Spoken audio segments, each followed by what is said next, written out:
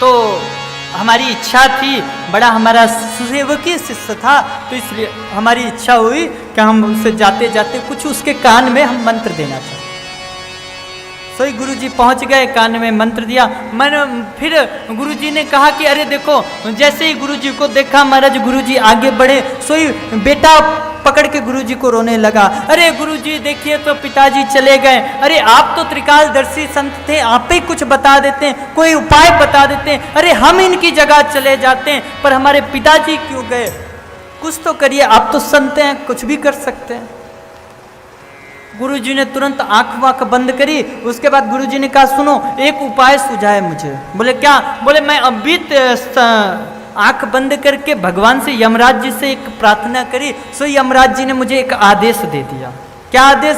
बोले तुम लोग बहुत रो रहे थे ना, सो यमराज जी का हृदय पिघल गया।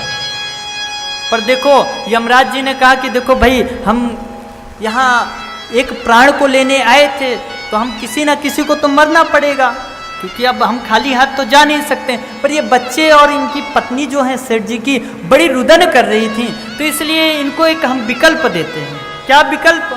बोले एक काम करो, देखो सेठ जी बड़े धर्मात्मा थे, तो एक काम करो, तुम्हारी माता जी कह रही थी कि आप मुझे बता देते तो मैं इनकी जगह मर जाती। तो एक काम करो, अगर कोई व्यक्ति अगर सेठ जी को अपना प्राण दे दे, अपनी आयु दे दे, तो सेठ जी जीवित हो जाएंगे और उसके बदले में वो मर जाएगा। तुरंत माता जी को बुलाया। आप बोल रही थी माता जी कि सेठ जी जीवित हो जाए तो मैं मरने के लिए तैयार हूं, तो एक काम करिए, आप अपनी आयु दे दीजिए, आप मर जाइए और सेठ जी जीवित हो जाएंगे। तुरंत महाराज पत्नी तुरंत, अरे मैं क्यों मरूं महाराज, जिंदगी भर तो काम करते करते, रोका टोका करते करते महाराज इतनी साल बीत गए, कोई कब हर टाइम पे महाराज रोकते टोकते रहते, ये मत कर, वो मत कर, ये मत पहन, यहाँ मत जा, वहाँ मत जा। अरे अब मर गया, अब तो स्वतंत्र हुई हूँ, अब तो मैं अपने मन का करूंगी, मैं क्यों मरूं। तुरंत महाराज जो 2 मिनट पहले छाती पर महाराज हाथ पीट पीट कर रो रही थी, वही सोई बदल गई महाराज। तुरंत बड़े बेटे को पकड़ के लाए संत जी। बोले तू तो मर जा, तू बोल रहा था कि पिताजी मुझे बता देते मैं मर जाता, एक काम कर तू मर जा, तेरे पिता जीवित हो जाएंगे। बालक बोला अरे क्या कहते हो गुरुजी, ये तो अपनी जिंदगी जी चुके हैं, इतने साल तक अपनी जिंदगी पूरा जी चुके हैं, अभी मेरी उम्र ही क्या हुई, अभी तो मेरी शादी भी नहीं हुई और आप कहते हो मैं मर जाऊं। अरे बहुत जी लिया इन्होंने, अब तो इन्हें भगवान के धाम जाने दो। रिश्तेदारों को पकड़ के लाए, भैया कोई आप मर जाओ इनकी जगह में, ये जीवित हो जाएंगे। सबने हाथ खड़े कर दिए। गुरुजी पहुंचे सेठ जी के पास और सेठ जी बोले, सेठ जी के कान में जाकर बोले देख लो कौन है तुम्हें चाहने वाला, कौन तुमसे इतना प्रेम करता है। महाराज जो कल तक सुबह तक महाराज 2 घंटे पहले तक इतना रो रहे थे, 2 घंटे में सबके सब बदल गए और तुम इनके लिए पड़े हो संसार में। तुरंत सेठ जी उठे और जैसे ही उठे सोई सब चिल्लाने लगे, अरे पिताजी तो जीवित हो गए, पर इनके जगह में मरा कौन? अरे कोई नहीं मरा। अरे गुरुजी आपने तो चमत्कार कर दिया, आपने तो महाराज इतना बड़ा चमत्कार कर दिया कि पिताजी भी हमारे जीवित हो गए और कोई मरा भी नहीं, आप तो बड़े महाराज कृपालु हैं। तुरंत सब चिल्लाने लगे। सोई सेठ जी ने कह दिया बस बहुत हो गया तुम्हारा ड्रामा, बंद करो। तुरंत गुरुजी के चरण पकड़े और गुरुजी को कहा कि गुरुजी अब मैं आपके साथ ही चलूंगा, इस संसार का ये सब तो मोह माया है, यह शरीर के बंधन है, शरीर का साथ है, शरीर के रिश्ते नाते हैं, और जिस दिन यह शरीर गया महाराज सबके सब आपको खुद का बेटा आपको उठा के जलाने ले जाए। जिसके लिए आपने घर बनाया, मकान बनाया, जमीन बनाई, दुकान बनाया, जिसके लिए इतने झूठ बोले, जितने महाराज कितने काले कारनामे करके इतना धन अर्जित किया, और वह धन सबका सब यही पड़ा रह जाएगा। और जिस दिन आप मर जाओगे आपका खुद का बेटा उठा के महाराज शमशान में आग लगा कर चले। किसके लिए रोना? मेरे कहने का तात्पर्य ये नहीं है कि सबके सब बाबा बन जाओ, सबके सब दुकानदारी छोड़ो। मानव का जीवन ऐसा होना चाहिए जैसे तालाब पर उगता हुआ कमल का पुष्प, कमल का पुष्प उगता कीचड़ में है, पर अपने ऊपर महाराज एक भी कीचड़ नहीं टिकने देता, जल की एक बूंद नहीं टिकने देता। इसी प्रकार जीव को इस संसार सागर में रहे तो सही, पर अपने ऊपर इस संसार को हावी होने ना दे। आनंद सिर्फ एक ही जगह है, आत्मा के ज्ञान को, आत्मा के बोध को प्राप्त कर लेना ही परम आनंद है। आनंद की अनुभूति आपको तब होगी जब आप इस संसार, अच्छा एक चीज बताऊं, इस संसार में जब तक आप जीवित रहोगे ना, तब तक आपके जीवन में प्रॉब्लम आती रहेंगी। और कई महाराज प्रॉब्लम ना आए ना, तो एक बार खुद को टटोल लो कि हम जीवित हैं या चले गए। क्योंकि जिंदा जब तक जीवित रहोगे, इस संसार में रहोगे, तब तक महाराज आपकी परीक्षाएं चलती रहेंगी, आपके जीवन में परिस्थितियों में आपके प्रॉब्लम्स आती रहेंगी, उनको आपको फेस करना पड़ेगा। पर जब तक इस संसार में हो, इस संसार में रहते हुए भी परमात्मा का ध्यान करो, परमात्मा का चिंतन करो। हमें गुरुजन यही सिखा। तो भगवान श्री कृष्ण का बारंबार प्रणाम किया, और क्योंकि कन्हैया हमारे इस भागवत जी के परम स्वरूप है, गोविंद का स्वयं का स्वरूप है यह भागवत, तो इस भागवत रूपी जो महात्मा है, इसको प्रारंभ करने से पूर्व श्री कृष्ण का वंदन किया था। आज जैसे हम इस कथा प्रांगण में उपस्थित हुए हैं, इस पंडाल में उपस्थित होकर कथा श्रवण कर रहे हैं, ऐसे ही पुराणों की विद्या के लिए जो परम सुंदर स्थान है, उसका नाम है नैमिषारण्य। जितने भी ग्रंथ हैं, जितने भी कथाएं हैं, उनका सबका वाचन नैमिषारण्य क्षेत्र से प्रारंभ हुआ।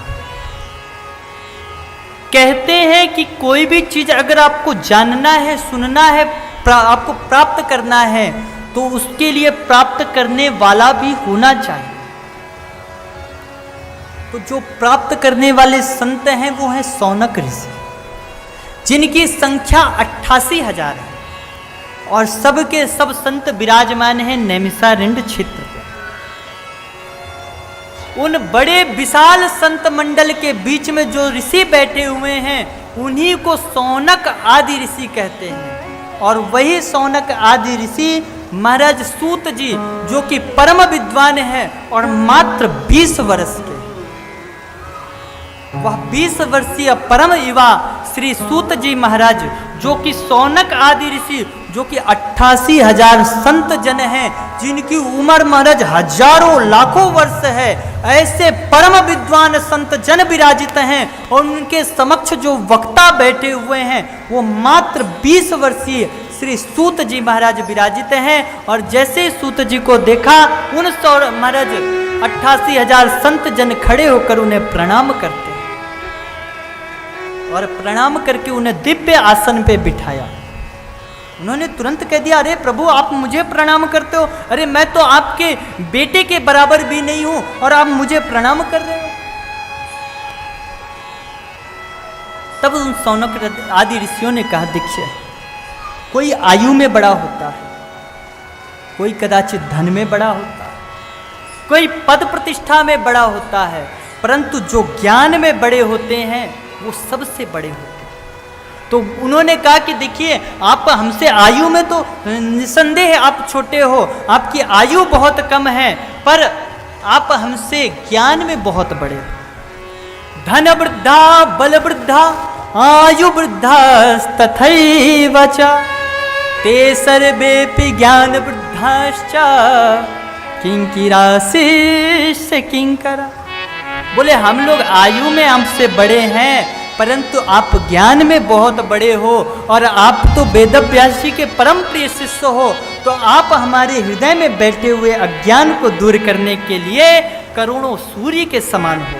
तो हे सूत जी, हमें कोई ऐसी दिव्य कथा श्रवण कराएं जिससे हमारे जीवन में बदलाव आ सके, क्योंकि कलयुग आ रहा है आगे, और इस कलयुग के जो प्राणी हैं महाराज, बड़े कलुषित प्राणी हैं, कलयुग में बड़े फंसे हुए प्राणी हैं। तो इन प्राणियों के जीवन का उद्धार कैसे हो सके, तो ऐसी कोई पावन कथा श्रवण कराइए जिससे उनके जीवन में बदलाव आ सके, जीवन कृतार्थ हो सके। क्यों? क्योंकि यह संसार क्षणभंगुर है। यह आत्मा महाराज मोह में फंसकर, यह मन ही तो महाराज इतना चंचल है कि मन भगवान पे लगता ही नहीं। मन तो कन्हैया के चरणों में बांधना है हमें। तो यह मन किस प्रकार गोविंद के चरणों में बंधे, इसका कोई मार्गदर्शन हमें पता। तब सूत जी महाराज सौनक आदि ऋषियों को उपदेश कर,